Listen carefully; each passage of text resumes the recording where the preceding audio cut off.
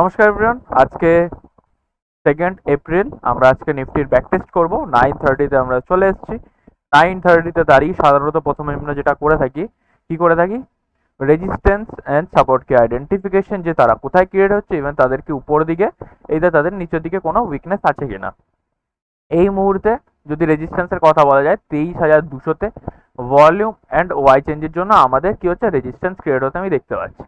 তাদেরকে উপর দিকে সেরকম কোনো উইকনেস, উপর দিকে বললে এখানে 61% অ্যান্ড 71 অ্যান্ড 67 পার্সেন্টেজ টার্মে দেখলে 70% আশেপাশে ভলিউমের উইকনেস আছে অ্যান্ড ওয়াই চেঞ্জের 61 পার্সেন্টেজের আশেপাশে রয়েছে। তার সাথে সাথে উপরে ওয়াই অলরেডি উপরেই বসে রয়েছে। ওকে, তো আমার পক্ষে উপরে তো এখন অব্দি কোনো উইকনেস আসেনি, আমি সেটা দেখতে পাচ্ছি, বাট যে পার্সেন্টেজগুলো আছে সেগুলোকে ডেফিনেটলি একটু মনিটর করা উচিত, কারণ প্রবাবিলিটি হতে পারে পরবর্তীকালে এগুলো ইনক্রিজিং করতে পারে। এই মুহূর্তে দেখলে ভলিউম র্যাপিডলি ইনক্রিজিং করছে, একটা শার্প কারেকশনের পরে র্যাপিডলি ইনক্রিজিং করছে।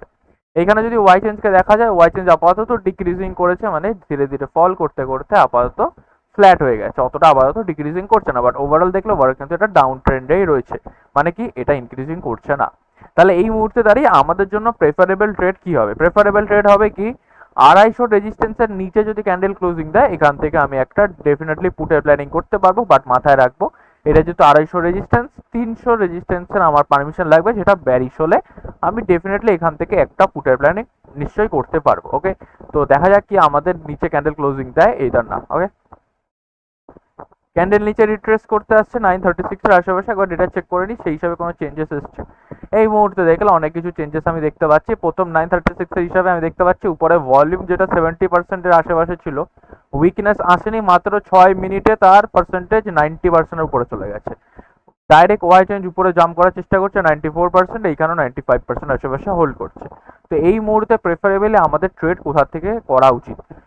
সেফ ট্রেডার যারা হবে, একদম সাপোর্ট পেলে আলট্রা সেফ পজিশন, যেখান থেকে একদম আমরা রানিং ক্যান্ডেলে ট্রেড ইনিশিয়েট করতে পারি। দ্বিতীয় হলো এইটা মানে 250 সাপোর্ট পেলে তাও সাইডলি রিস্কি ট্রেড হবে, কোনো অসুবিধা নেই। আর যদি এখান থেকে কেউ ট্রেড করতে চায়, মানে 300 সাপোর্ট থেকে ট্রেড করতে চায়, তার জন্য আমার প্রথম কতগুলো জিনিস লাগবে, সেটা হলো অলরেডি উপরে শিফটিং করে ফেলতে হবে এদেরকে। নিচে কোনো উইকনেস যেটা 100% রয়েছে, এখানে উইকনেস থাকা চলবে না। সাথে সাথে সাপোর্টের উপর দিকে প্রেশার থাকতে হবে, আর নিচের যে পার্সেন্টেজ আছে সেই মানে নিচের যে স্ট্রাইক প্রাইস আছে সেটাকে বুলিশ থাকতে হবে। তো একবার আমি ডেটা হিসাবে চেক করে নেবো যে এই পার্সেন্টেজগুলোকে ইনক্রিজিং করছে, অবভিয়াসলি এরা ইনক্রিজিং করছে। নিচের স্ট্রাইক প্রাইসটাকে বুলিশ রয়েছে, একবার চেক করে নেওয়া যাক। নিচের স্ট্রাইক প্রাইসটা আমি ওভারঅল বুলিশ দেখতে পাচ্ছি। একবার এই স্ট্রাইক প্রাইসে দেখি এখানে কি প্রেশার করছে, এখানে প্রেশার পড়ছে, গ্রাফের হিসাবে প্রেশার করছে, বাট আমি যদি দেখা যায় পার্সেন্টেজটা আমি কিন্তু অতটা প্রেশারাইজ করছে না। তাহলে কি করবো? তাহলে করবো একটা দুটো ক্যান্ডেলের আমি আরো ক্লোজিং দেখবো, সেই হিসাবে ট্রেড ইনিশিয়েট করবো। মাথায় রাখবো এখন অবধি শিফটিং উপরে হয়নি, এইখানে যেমন উইকনেস ইনক্রিজিং করছে, এইখানেও কিন্তু আমাদের ওয়াই চেঞ্জ ভলিউম কিন্তু এইখানেও এইসব পজিশনেও ইনক্রিজিং করছে।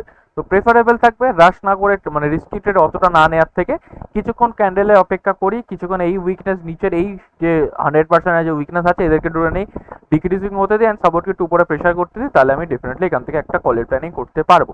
বাট এইটা মানে এইটা না যে আমি এখান থেকে একটা কলের প্ল্যান করতে পারবো না, এখান থেকে কলের প্ল্যান করতে পারবো, সেটা কিন্তু রিস্কি ট্রেড হবে। যেহেতু প্রথম ট্রেড, রিস্কি ট্রেড নিয়ে লাভ নেই, তো তাই জন্য আমি সেফ ট্রেডের জন্য কিছুক্ষণ অপেক্ষা করবো। ওকে, দেখা যাক কি হয়। অ্যাজ এক্সপেক্টেড, যদি দেখা যায় কেউ যদি এখান থেকে ট্রেড ইনিশিয়েট করেও থাকে, তার অলমোস্ট 50% আশেপাশে এখানে টার্গেট এসছে, তো তার কিন্তু এসএল যাবে না। বাট স্টিল প্রবাবিলিটি হয় নিচে একবার মার্কেট আসার প্রবাবিলিটি হয়, মার্কেট একদম সেফ পজিশনে এসছে, মোটামুটি সেফ পজিশন এসছে, নট একদম সেফ পজিশন। তো একবার ডেটা হিসেবে দেখবো এখান থেকে কি আমি কোনো কলেট প্ল্যানিং করতে পারি 945 এর আশেপাশে, আই থিঙ্ক সো ওটা 945 এর আশেপাশে। যদি দেখা যায় অ্যাজ এক্সপেক্টেড পুরো আইডিয়াল সিচুয়েশন পাচ্ছি, নিচের এই পার্সেন্টেজগুলো ডিক্রিজিং হয়েছে, ভলিউম অতটা অ্যাগ্রেসিভলি ডিক্রিজিং করতে পারে না, সেটা কমন ব্যাপার। নিচের স্ট্রাইক প্রাইসটা জাস্ট বুলিশ লাগবে, আমি ডেফিনেটলি এখান থেকে একটা কলের প্ল্যানিং করতে পারবো। হ্যাঁ, এখান থেকে একটা ডেফিনেটলি কলের প্ল্যানিং হবে। 20 পয়েন্টের যেরকম আমাদের এসএল থাকে, 20 পয়েন্টের এসএল থাকবে, এন্ট্রি আমাদের এখান থেকে হবে, এখানে আমার এন্ট্রি হবে 20 পয়েন্টের এসএল অ্যান্ড 50 পয়েন্টের আশেপাশে যেরকম আমাদের টার্গেট থাকে, সেরকম আমাদের 50 পয়েন্টের আশেপাশে টার্গেট থাকে। তো দেখা যাক আমাদের এসএল আসে নাকি টার্গেট আসে। ক্যান্ডেল নিচে ক্লোজিং দিয়েছিল, একবার আমি ডেটা হিসাবে চেক করবো 948 এর আশেপাশে। 948 এর আশেপাশে চেক করলে আমরা কি, যদি এখান থেকে কেউ ট্রেড ইনিশিয়েট করে থাকে, প্রথম জিনিস ক্যান্ডেল নিচে ক্লোজিং দিয়ে দিয়েছে, তার জন্য আমার প্রথম প্রেফারেবল থাকবে যে নিচে স্ট্রাইক প্রাইস যেটা চেক করেছি সেটা কি এখন অব্দি বুলিশ রয়েছে? এখন অব্দি বুলিশ রয়েছে, বেরিয়ে যাওয়ার মতন কোনো সিচুয়েশন দেখতে পাচ্ছি না। তো আমাদের এটাতে এসএল আসবে, অ্যান্ড ডেফিনেটলি আমি এখানে আমার এসএলটাকে বুক করে নেবো, কারণ আমাদের এসএল গেছে। ওকে, পরেরটায় কি দেখতে পাচ্ছি, আমাদের জাস্ট এসএল হিট হয়েছে, এখানে এসএল ট্রিগার হয়েছে, এসএল ট্রিগার হয়ে ক্যান্ডেল পুরো উপরে বাস্ট করেছে।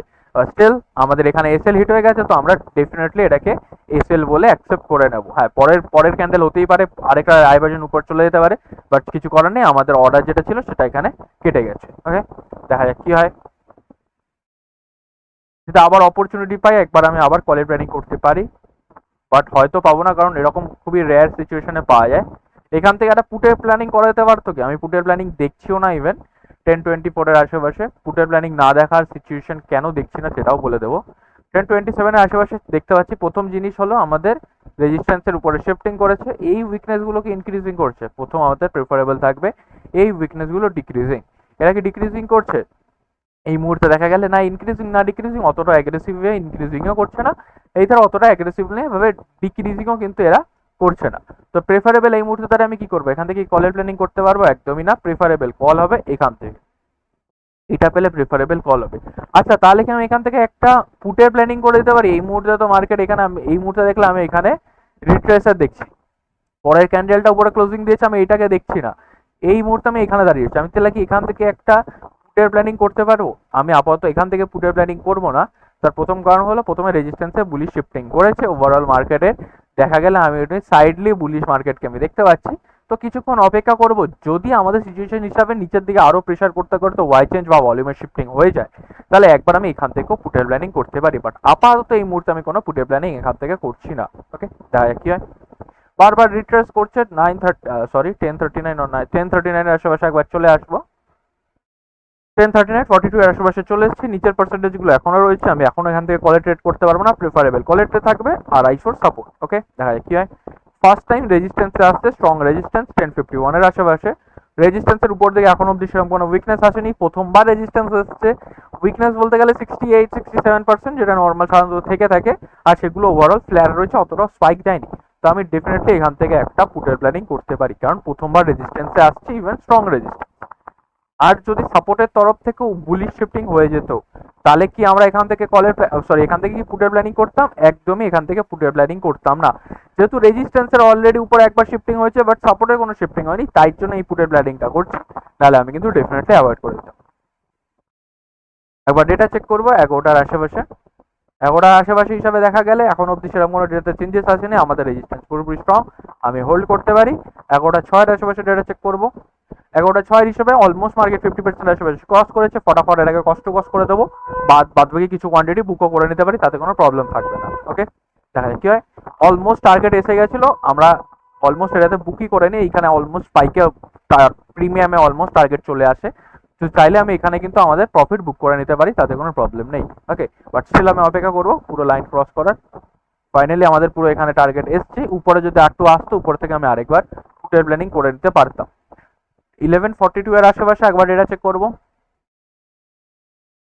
11:42 এর আশেপাশে চলে এসেছি, সাপোর্টের থেকে কি উপরে প্রেসার করছে, 61% আশেপাশে চলে এসছে, উপর থেকে প্রেসার করছে ভলিউমের, বাট ওয়াই চেঞ্জের কোনো সেরকম কোনো প্রেসার নেই।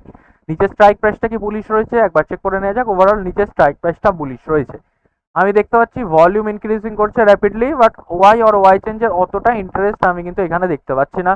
তার সাথে সাথে আমাদের জন্য যে প্রবলেমেটিক ছিল এইখানে এই পার্সেন্টেজগুলো, সেইগুলো কিন্তু ওভারঅল ডিক্রিজিং চলে এসছে। যাতে আপাতত এই মুহূর্তে দাঁড়িয়ে আমি চাইলে এখান থেকে একটা কলের প্ল্যানিং করতে পারি, বাট তারাই এখান থেকে কলের প্ল্যানিং করবে যারা রিস্ক নিতে পারবে। কারণ এটা বললাম কেন, বলার প্রথম কারণ হলো, প্রথমবার মার্কেট এখানে একবার কলের ট্রেড দিয়েছে, যেটা আমরা ইনিশিয়েট করে নিই, তারপরে মার্কেট বারবার এখানে রিট্রেস করেছে, 2-3 পয়েন্টের জন্য ছেড়ে দিয়েছে, তারপরে মার্কেট আবার এখানে আসছে। মানে ধরে নেওয়া যায় এটা সেকেন্ড বার, আমি এটাকে ধরে নিলাম, আমি থার্ড বার ধরছি না, আমি সেকেন্ড বার ধরে নিলাম। সেকেন্ড বার আসছে, একবার ট্রেড ইনিশিয়েট করতে পারি, বাট মাথায় রাখবো রিস্কি ট্রেড হবে, নিচের স্ট্রাইক প্রাইসটা বুলিশ লাগবে, নিচের স্ট্রাইক প্রাইসটা বুলিশ আছে, প্রেফারেবল ট্রেড থাকবে 250 সাপোর্ট থেকে, বাট স্টিল আমরা এখান থেকে একটা কলের প্ল্যানিং করতে পারি। ওকে, তো আমি এখান থেকে ডেফিনেটলি একটা কলের প্ল্যানিং করবো। রিস্কি ট্রেড এসএল যাওয়ার চান্সেস হতে পারে, অলরেডি একটা এসএল গেছে, 50 পয়েন্টের আশেপাশে টার্গেটের থেকে এসে গেছে, ফটাফট যেহেতু রিস্কি ট্রেড, আমি এটাকে ফটাফট কষ্ট করে দেবো। ওকে, যাতে আমাদের পরবর্তীকালে এসএল না আসে। আমাদের এটা পুরো কষ্ট বেরিয়ে গেছে, আমি আর এটাকে হোল্ড করবো না। 11:57 এর আশেপাশে ডেটাতে চেক করবো সেরকম কোনো কি ডেটা ছিল যার কারণে আমি আপাতত আরেকটা কোনো কলের ট্রেডকে অ্যাভয়েড করে দিই। আপাতত ক্যান্ডেলও বলতে গেলে নিচেই ক্লোজিং দিয়েছে, আমি কিছুক্ষণ অপেক্ষা করব, পরে ক্যান্ডেল উপরে ক্লোজ দিয়ে রিট্রেস আসেনি, রিট্রেসের অপেক্ষা করব। মার্কেট একদম উপরে চলে এসেছে, এখান থেকে কি পুটের প্ল্যানিং করতে পারতাম 12:24 আশেপাশে, একবার এটা চেক করবো। 12:24 আশেপাশে এই মুহূর্তে দাঁড়িয়ে দেখলে রেজিস্ট্যান্স এখন অব্দি স্ট্রং রয়েছে, সাপোর্টের কন্টিনিউয়াস ভলিউমের কারণে প্রেশার কিন্তু আমি দেখতে পাচ্ছি, বাট এখন অব্দি উইকনেস আসেনি। উপরে স্ট্রাইক প্রাইসটা কি ব্যারিশ আছে, উপরে স্ট্রাইক প্রাইসটা ওভারঅল ব্যারিশ আছে, চাইলে কি আমি এখান থেকে পুটের প্ল্যানিং করতে পারি, ডেফিনেটলি এখান থেকে পুটের প্ল্যানিং করি, বাট আমাদের কি রিট্রেস লাগবে, ক্যান্ডেল থেকে এরকম ক্যান্ডেল টাচ করে লাইন থেকে টাচ করে নিচে আসা উচিত, বাট সেরকম কোনো আমি সিচুয়েশন ক্রিয়েট হতে দেখতে পাচ্ছি না, তাই আমি অ্যাভয়েড করে দিচ্ছি। প্রেফারেবল থাকবে যদি আবার উপরে আসে আমি ট্রাই করতে পারি। ওকে, মার্কেট নিচে এসেছিল 12:51 আশেপাশে, এখান থেকে কোনো কলের প্ল্যানিং করতে পারি। 12:51 আশেপাশে চলে এসেছি, এই মুহূর্তে দেখলে ভলিউম কন্টিনিউয়াসলি প্রেসার করছে, নিচে স্ট্রাইক প্রাইসটাকে চেক করব, নিচে স্ট্রাইক ওভারঅল স্ট্রাইক প্রাইসটাও বুলিশ রয়েছে, সেরকম কোনো চেঞ্জেস আসেনি, তাহলে কি আমি ইভেন অত্যাধিক বুলিশ রয়েছে, ভলিউমে যেহেতু প্রেসার উপরে রয়েছে 74% আশেপাশে, এখান থেকে কলের প্ল্যানিং আমি ডেফিনেটলি করতে পারি, বাট মাথায় রাখবো নিচে স্ট্রাইক প্রাইসটা যদি ব্যারিশ হয়ে যায় ফটাফট ট্রেডটাকে কিন্তু আমাদের কষ্ট করে দিতে হবে যাতে আমাদের এসএল না আসে। ওকে, একবার আমি ডেটা হিসাবে চেক করি, একটার আশেপাশে ভলিউমের উইকনেসও চলে এসেছে, নিচে স্ট্রাইক প্রাইস থেকে এখন অব্দি নিচে স্ট্রাইক প্রাইস একটুখানি ব্যারিশ হতে দেখতে পাচ্ছি, বাট স্টিল আমরা কিন্তু প্রফিটে রয়েছে, আমি তাই কষ্ট রাখবো, দেখা যাক কি হয়। ওভারঅল পুরো প্রফিট বলতে গেলে চলে এসেছে, এখানে আমাদের এই ট্রেডটাকে ক্লোজ করে দেবো। 1:21 আশেপাশে একবার ডেটা চেক করবো, 1:21 আশেপাশে আমি যাই, 1:21 আশেপাশে এই মুহূর্তে যেহেতু সাপোর্ট কি হচ্ছে, সাপোর্ট এসটিটি হচ্ছে, উপরের দিকে প্রেশার আসছে ভলিউমের কারণে, রেজিস্ট্যান্স একবার নিচের থেকে উপরে শিফট করেছে, যদি সাপোর্টের শিফটিং হয়ে যায় তাহলে বুলিয়ানের সিচুয়েশন হয়ে যাবে, তাই জন্য আমি এখান থেকে আর পুটের প্ল্যানিং করছি না। প্রেফারেবল পুট হবে 350 এর রেজিস্ট্যান্স থেকে পাই, তাহলে ডেফিনেটলি একটা পুটের প্ল্যানিং করতে পারি। মার্কেট নিচে এসছে, সেটা 1:51 আশেপাশে আমি দেখে নিই, এখান থেকে কি কোনো কলের প্ল্যানিং আমি কি আবার করতে পারি। 1:51 আশেপাশে চলে এসেছি, নিচে স্ট্রাইক প্রাইসটা বুলিশ থাকা উচিত, নিচে স্ট্রাইক প্রাইসটা একটু ব্যারিশ হতে এই মুহূর্তে দেখতে পাচ্ছি, তো আমি অ্যাভয়েড করে দিচ্ছি। অ্যান্ড এটা গেল একটা প্রথম রিজন যার কারণে আমি অ্যাভয়েড করছি, কারণ নিচে স্ট্রাইক প্রাইসটা ব্যারিশ আছে। তার সাথে সাথে কি, তার সাথে সাথে দেখতে পাচ্ছি মার্কেট অনেকবার কিন্তু টেস্ট করেছে এই সাপোর্টটাকে, তো প্রেফারেবলি এইটাও আরেকটা কারণ হতে পারে আমাকে অ্যাভয়েড করে দেওয়ার মতন। ইভেন 2টো বেজেও গেছে, 2টোর পরে সাধারণত ট্রেড করি না, তো ওভারঅল আজকে কতগুলো ট্রেড পেয়েছিলাম। প্রথম একটা কলের ট্রেড যেটাতে আমাদের এসএল হিট হয়ে ক্যান্ডেল উপরে গেছে, এটাতে আমাদের এসএল এসছে। এই একটা ট্রেড পুটে ট্রেড যেটাতে আমাদের পুরো প্রফিট এসছে, একটা কলের ট্রেড যেটা কস্ট টু কস্ট, এই একটা কলের ট্রেড যেটাতে আমাদের পুরো প্রফিট এসছে। দুটো প্রফিটেবল, একটা কস্ট টু কস্ট আর একটা লস। তো ওভারঅল যদি দেখা যায় 3টে ট্রেডে কিন্তু আমরা উইন করেছি, একটা ট্রেড লস করেছি। তো আজকে যদি কেউ এওসি থেকে ট্রেড করে থাকে তাহলে ডেফিনেটলি কিন্তু সে প্রফিটেই থাকবে, লসে করার মতন সিন নেই। যদি ধরে নেওয়া যাক 2টো ট্রেড করেছে, এই একটা কলের ট্রেড এই একটা পুটের ট্রেড, তাও কিন্তু সে প্রফিটেবলই থাকবে, কারণ আমাদের রিস্ক ম্যানেজমেন্ট কিন্তু 1:2 থাকে। তো তাহলে কি আমাদের কিন্তু ওভারঅল প্রফিটেই থাকবো। তো আশা করছি আজকে যা পোস্ট মার্কেট হলো সেটা ক্লিয়ার করেছে, আর এখনো অবধি যদি এক্সট্রা কোনো কোয়ারি থেকে থাকে তো ডেফিনেটলি কমেন্ট বক্সে জিজ্ঞাসা করতে পারেন। Thank you so much, that's for today.